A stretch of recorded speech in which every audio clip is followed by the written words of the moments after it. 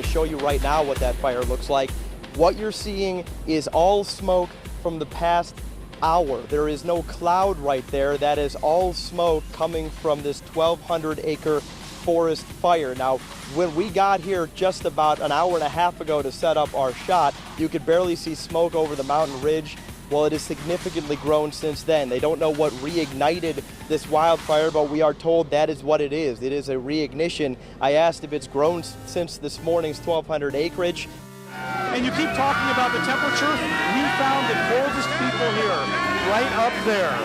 They are the ladies who are dancing on the bar in a bikini. Part of the entertainment, New Year's Eve on the Fremont Street Experience.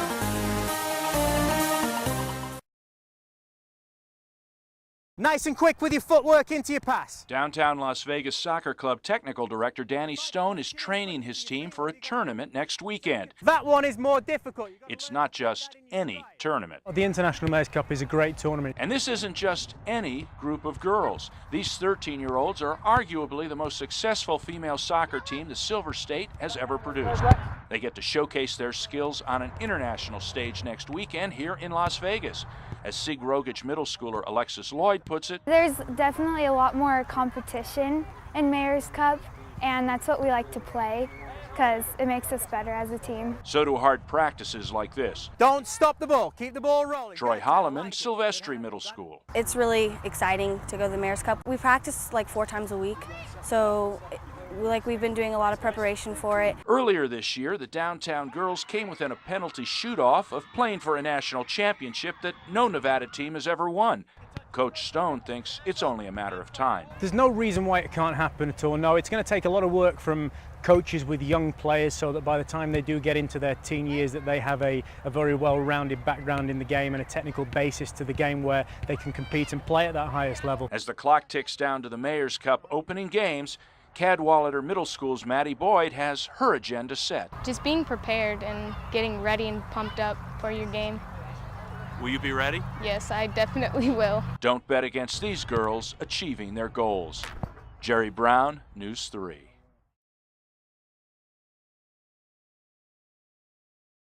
There's 60 acres and about 2/3 of it is orchard, and then 1/3 of it is fruits and vegetables. Mark Rubin knows it could have been worse. There's a sweet potato for you. As director of Gilcrease Orchard, this part of town was ground zero during this week's flooding.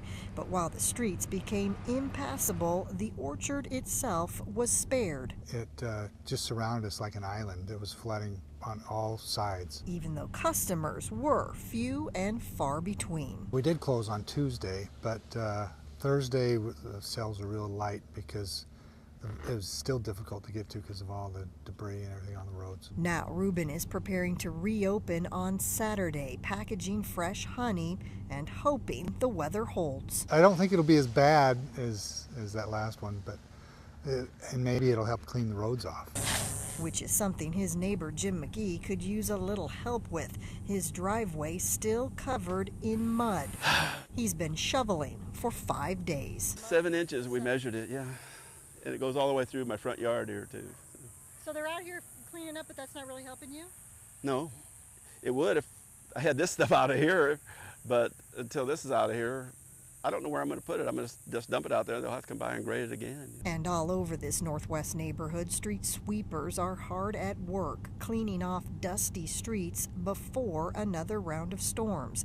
As for the orchard, they came up to your fence? Close to the fence. Rubin says a little humidity is good for the crops. It's the torrential downpour he can do without.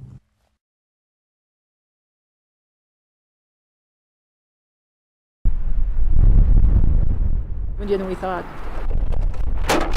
A less than perfect day in parts of Kyle Canyon. Strong winds whipping up dust and ash in areas already scarred from the Carpenter 1 fire. But further up the mountain, nice to get out of the heat. You know, it's nice to come up here. Parking for the Fletcher Canyon Trail is at a premium. The reason, unlike many other mountain trails, this one is open. We'll stay on the approved trails, that's for sure. And then we have lunch afterwards too and support the local restaurant up here too. This is Carl Gertz and B. Riley's first hike since the mountain reopened 2 weeks ago.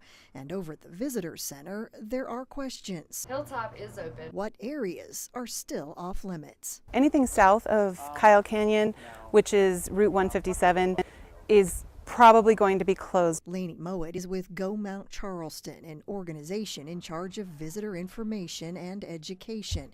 She says safety is the #1 reason some areas remain closed. But there are other issues. Ecologically, we want to leave the area untouched while our burn area emergency response team is still assessing. This weekend, volunteers will be collecting seeds from Joshua trees right here near Harris Springs Road. The idea is to collect material now to be replanted in areas burned by Carpenter 1, giving Mother Nature somewhat of a jump start on regrowth. Still, recovering from this will take time. There is no timeline for reopening burned areas. Sad, very sad. Which means visitors will need a little patience while our mountain recovers. Denise Roche, News 3.